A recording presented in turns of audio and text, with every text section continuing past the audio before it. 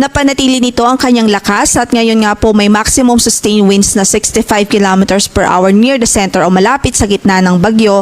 Samantalang ang kanyang gustiness ay umaabot pa rin po sa 80 kilometers per hour.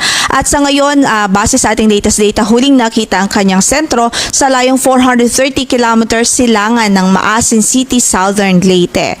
At mabagal pa rin itong binabaybay, mabagal pa rin ang kanyang pagkilos at binabaybay nito ang karagatan sa silangang bahagi ho ng Kabisayaan at ang kanyang direksyon ay north-northwestward.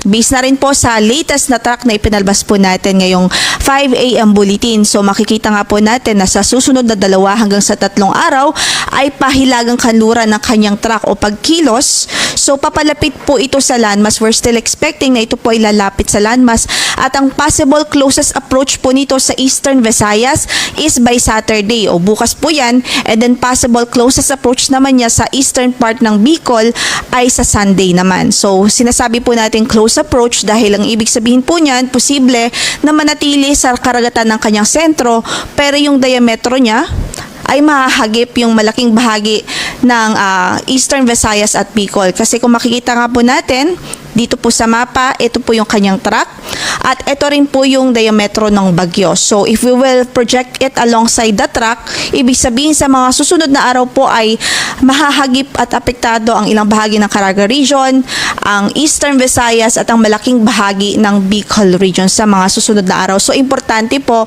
na alam po natin at updated po tayo sa tropical cyclone wind signal na nakataas sa ating lugar.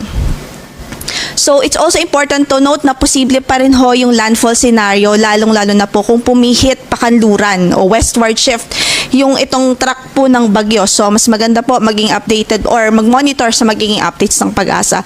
As long as nakapalobang yung lugar dito po sa tinatawag nating cone of uncertainty or cone of probability, ibig sabihin ay pwede pong dumaan mismo ang sentro ng bagyo dyan. Samantala, by Sunday afternoon onwards, ay nakikita naman po natin na magno-northeastward itong bagyo. Ibig sabihin, pipihit pa silangan naman ho, pa northeastward yung kanyang track dahil nakikita po natin posible na sumama po ito sa trough na nasa kanang bahagi ng bansa. Pero dahil eventually ay hindi naman din po ito, kumbaga bibitaw din po ito doon sa trough, so iikot o maglulup po itong bagyo.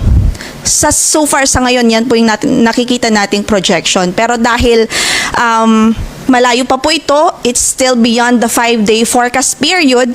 Ang ibig po sabihin yan ay may mga kinoconsider pa tayong uncertainties. So, mataas pa yung uncertainty niya. So, ang pinakamainam ay mag-monitor po sa magiging